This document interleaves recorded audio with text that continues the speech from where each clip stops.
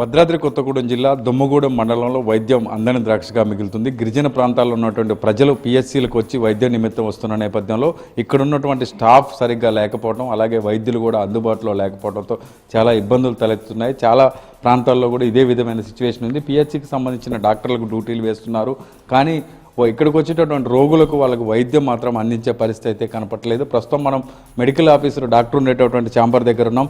Doctor ఇప్పటికి 11 అవుతున్నా కూడా ఇంతవరకు రాని పరిస్థితుంది. ఇదే విధంగా గత 2-3 నెలలుగా కూడా డాక్టర్ అందుబాటులో ఉండట్లేదు.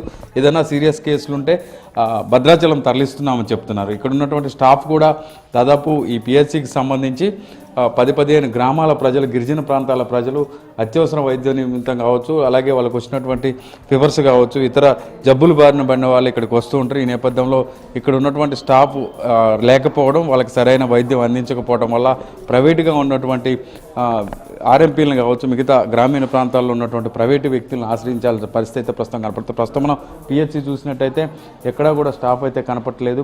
కొన్ని సెక్టర్లు అయితే పూర్తిగా డోర్లు మూసి ఉన్న పరిస్థితి అయితే కనపడుతుంది.